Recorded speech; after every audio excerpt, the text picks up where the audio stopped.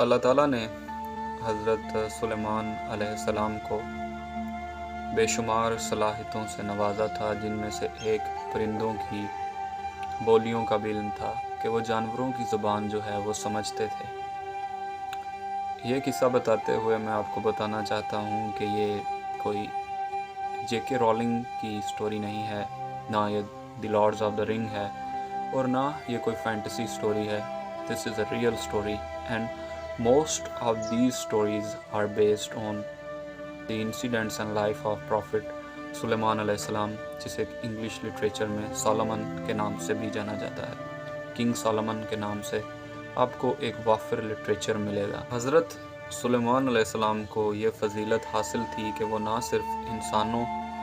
بلکہ جنات، حیوانات، ہوا کے بھی حکمران تھے۔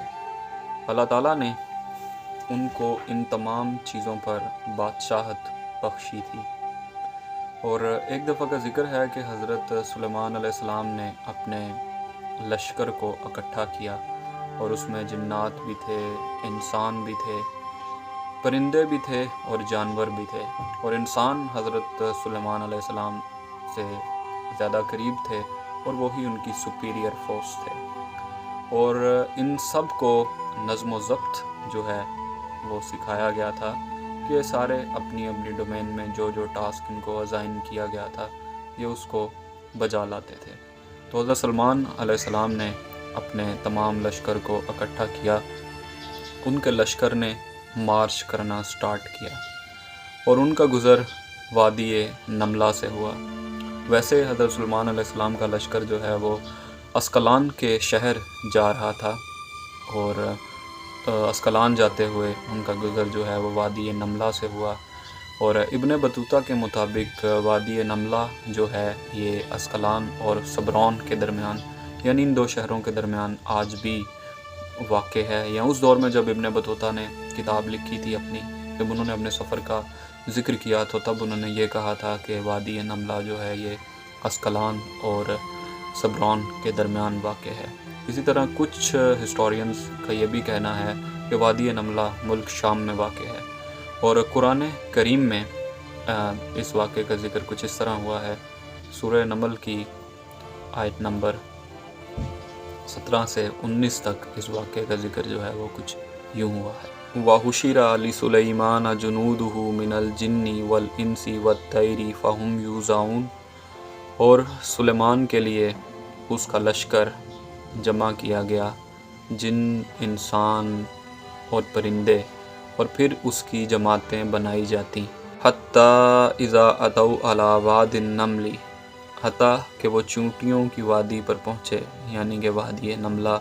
یا وادی نمل پہنچے۔ قالت نملۃ یا ایھا النمل ادخلوا مساکنکم، ایک چونٹی نے کہا کہ اے چونٹیوں اپنے اپنے سراہوں یا بلوں میں داخل ہو جاؤ۔ لا یحطمنکم سلیمان وجنودہ وہم لا یشعرون، کہیں سلیمان اور ان کا لشکر تم کو کچل ہی نہ ڈالے اور انہیں خبر ہی نہ ہو۔ وَتَبَسَّمَ ضَاحِكًا مِّن قَوْلِهَا وَقَالَ، اور سلیمان علیہ السلام ان کی یہ گفتگو سن کر مسکرا دیے اور انہوں نے دعا کی، ربی اوزعنی ان اشکر نعمتک التی انعمت علی وعلی والدی، اے میرے رب مجھے توفیق دے کہ میں تیرا شکر ادا کروں اس نعمت کے لیے اور اس احسان کے لیے جو تو نے مجھ پر اور میرے والدین پر کیا ہے۔ وَأَنْ أَعْمَلَ صَالِحًا تَرْضَاهُ، کہ میں نیک کام کروں جو تجھے پسند ہوں۔ وَأَدْخِلْنِي بِرَحْمَتِكَ فِي عِبَادِكَ الصَّالِحِينَ، اور اپنی رحمت سے تو مجھ کو اپنے نیک بندوں میں داخل کر۔ اب اگر آپ سورہ نمل میں اس چھوٹے سے واقعے کو تھوڑا غور کر کے پڑھیں تو آپ کو احساس ہوگا کہ چونٹیوں نے حضرت سلیمان علیہ السلام کے لشکر کی عظمت کی تعریف کی کہ مطلب کتنا بڑا ان کا لشکر ہے، اور کہ ہر چیز ان کے لشکر میں مشتمل ہے۔ یہ انہوں نے ان کی لشکر کی تعریف کی، اس کی بڑائی کی، اور حضرت سلیمان علیہ السلام اس تعریف کو سن کر، یعنی کہ اپنے اسٹیٹس کی تعریف سن کر ان میں ذرا بھی کسی قسم کا غرور نہیں آیا۔ تو یہ ایک صالح بندے کی نشانی ہوتی ہے کہ وہ اپنے اسٹیٹس پر کبھی بھی فخر نہیں کرتا، وہ ہمیشہ خود کو اپنا خدا کے سامنے تابعدار بناتا ہے، اور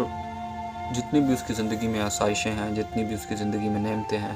وہ اس کو اپنا کمال نہیں سمجھتا، بلکہ وہ اس کو اللہ تعالیٰ کی ذات کا احسان سمجھتا ہے اس پر۔ اور آگے حضرت سلیمان علیہ السلام کی یہ بڑی پیاری دعا ہے جو کہ ہمیں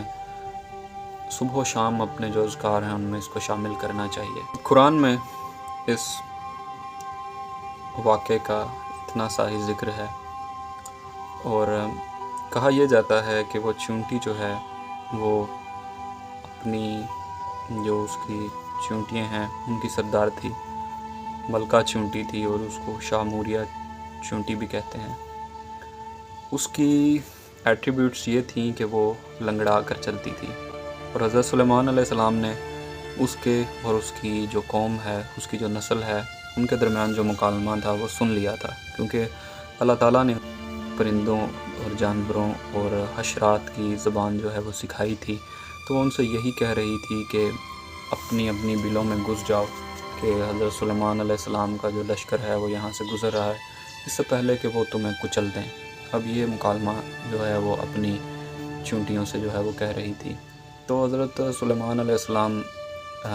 اس کی یہ بات سن کر ہنس پڑے، اور انہوں نے یہ سیکھا کہ اللہ تعالیٰ کی کوئی بھی مخلوق جو ہے وہ حقیر نہیں ہوتی۔ اب دیکھیں ایک چھوٹی سی چونٹی جو ہے وہ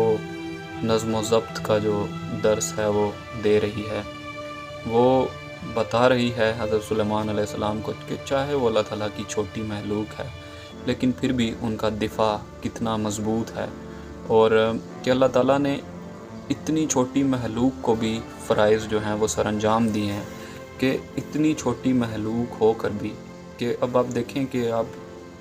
قرآن کے ان الفاظ سے یہ اندازہ لگا سکتے ہیں کہ وہ کتنی چھوٹی ہوں گی، کہ وہ کہہ رہی ہیں کہ حضرت سلیمان علیہ السلام کا لشکر تمہیں کچل دے اور تمہیں پتہ بھی نہ چلے، تو وہ اتنی چھوٹی تھی، پھر بھی اللہ تعالیٰ نے اس کو یہ فرض دیا تھا کہ وہ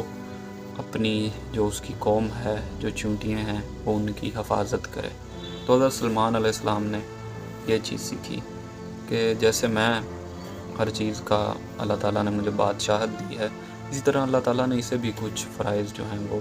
سر انجام دینے کے لیے مقرر کیا ہے، تو اس پر آگے انہوں نے پھر وہ دعا کی۔ تو اب اس کے بارے میں آپ کو زبور کی کتابوں میں ڈیفرنٹ قسم کی تمثیلیں جو ہیں وہ ملیں تھیں۔ کچھ لوگوں کا کہنا ہے، کچھ جو محققین ہیں ان کا کہنا ہے کہ وہ جو چونٹی ہے وہ بھیڑ کے برابر تھی، اس لیے حضرت سلیمان علیہ السلام اسے دیکھ پائے تھے،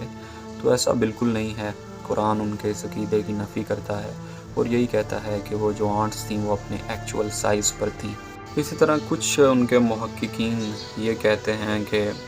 حضرت سلیمان علیہ السلام چونٹی کی زبان اس لیے سمجھ پائے کیونکہ اس زمانے میں جتنے بھی جانور ہیں وہ ایک زبان بولتے تھے، وہ ایک ہی زبان بولتے تھے، لیکن ایسا بالکل نہیں ہے۔ اس واقعے سے ایک اور درس ہے، وہ یہ دیا گیا ہے کہ اللہ تعالیٰ نے ہر چیز کو زبان بخشی ہے، کہ اللہ تعالیٰ کی ہر چیز اس کا ذکر کرتی ہے، ان کی زبانیں، ان کی بولیاں مختلف ہیں لیکن وہ آپس میں ایک دوسرے سے کلام کرتی ہیں۔ تو یہ ایک اور درس جو ہے وہ دیا گیا ہے، اور حضرت سلیمان علیہ السلام کو یہ فضیلت حاصل تھی، یہ ان کا معجزہ تھا اللہ تعالیٰ کی طرف سے کہ وہ ایسے تمام جانوروں کی جو بولیاں ہیں وہ سمجھتے تھے۔ بے شمار واقعات جو ہیں وہ ان سے منسوب ہیں جن میں وہ جانوروں اور جنات کی جو وہ بولیاں ہیں وہ سمجھ رہے تھے۔ تو اس واقعے کے بعد اس کی گفتگو سننے کے بعد کہا یہ جاتا ہے کہ حضرت سلیمان علیہ السلام نے اس ملکہ جس کا نام شاہمور چونٹی بھی ہے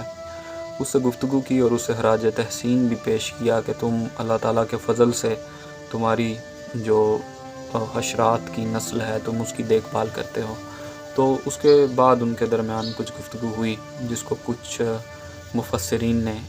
یوں کوٹ ڈاؤن کیا ہے۔ حضرت سلیمان علیہ السلام نے